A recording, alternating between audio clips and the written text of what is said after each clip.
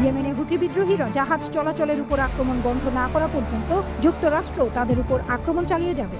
রোববার 16 মার্চ এমন ঘোষণা দিয়েছেন মার্কিন প্রতিরক্ষা সচিব পিট হেগসেট। সোমবার 17 মার্চ এক প্রতিবেদনে এই খবর জানিয়েছে বার্তা সংস্থা রয়টার্স। এর আগের দিন ইরান সমর্থিত এই গোষ্ঠীটি ইঙ্গিত দিয়েছে যে যুক্তরাষ্ট্রের মারাত্মক হামলার প্রতিক্রিয়ায় তারা হামলা আরও তীব্র করবে। হুথি পরিচালিত স্বাস্থ্য মন্ত্রণালয় জানিয়েছে যুক্তরাষ্ট্রের এই বিমান হামলায় কমপক্ষে 53 জন নিহত হয়েছে। জানুয়ারিতে প্রেসিডেন্ট ডোনাল্ড ট্রাম্প ক্ষমতায় আসার পর থেকে এটি মধ্যপ্রাচ্যে যুক্তরাষ্ট্রের সবচেয়ে বড় সামরিক অভিযান। একজন মার্কিন কর্মকর্তা রয়টার্সকে এমন তথ্য জানিয়েছেন। রোববার টেলিভিশনে সম্প্রচারিত এক ভাষণে হুথি নেতা আব্দুল মালিক আল হুথি বলেন, যতক্ষণ পর্যন্ত যুক্তরাষ্ট্র ইয়েমেনে আক্রমণ চালিয়ে যাবে ততক্ষণ পর্যন্ত তারাও লোহিত সাগরে মার্কিন জাহাজগুলোকে লক্ষ্যবস্তু করবে।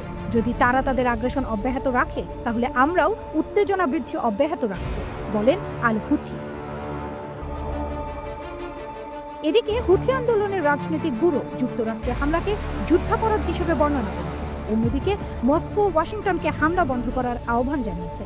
সোমবার ভোরে এক টেলিভিশন বিবৃতিতে হুথিদের সামরিক মুখপাত্র কোনো প্রমাণ ছাড়াই দাবি করেছেন যে তারা লোহিত সাগরে মার্কিন বিমানতরী রণতরী ইউএসএস হ্যারি এস ট্রুম্যানের উপর দ্বিতীয় আক্রমণ চালিয়েছে।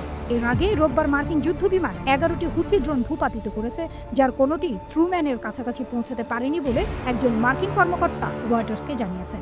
এছাড়া মার্কিন বাহিনী ইয়েমেনের উপকূলে আঘাত হানা একটি ক্ষেপণাস্ত্র ট্র্যাক করেছে এবং এটিকে হুমকি হিসেবে বিবেচনা করা হয়নি বলেও জানান ওই কর্মকর্তা। সম্প্রতি গাজায় মানবিক ত্রাণ সরবরাহের জন্য ইসরায়েলকে দেয়া 4 দিনের সময়সীমা শেষ হওয়ার পর আবার ইসরায়েল সংশ্লিষ্ট জাহাজে হামলা শুরু করে ইয়েমেনের হুথিরা। এই প্রতিক্রিয়ায় তাদের ওপর যুক্তরাষ্ট্র হামলা শুরু করে।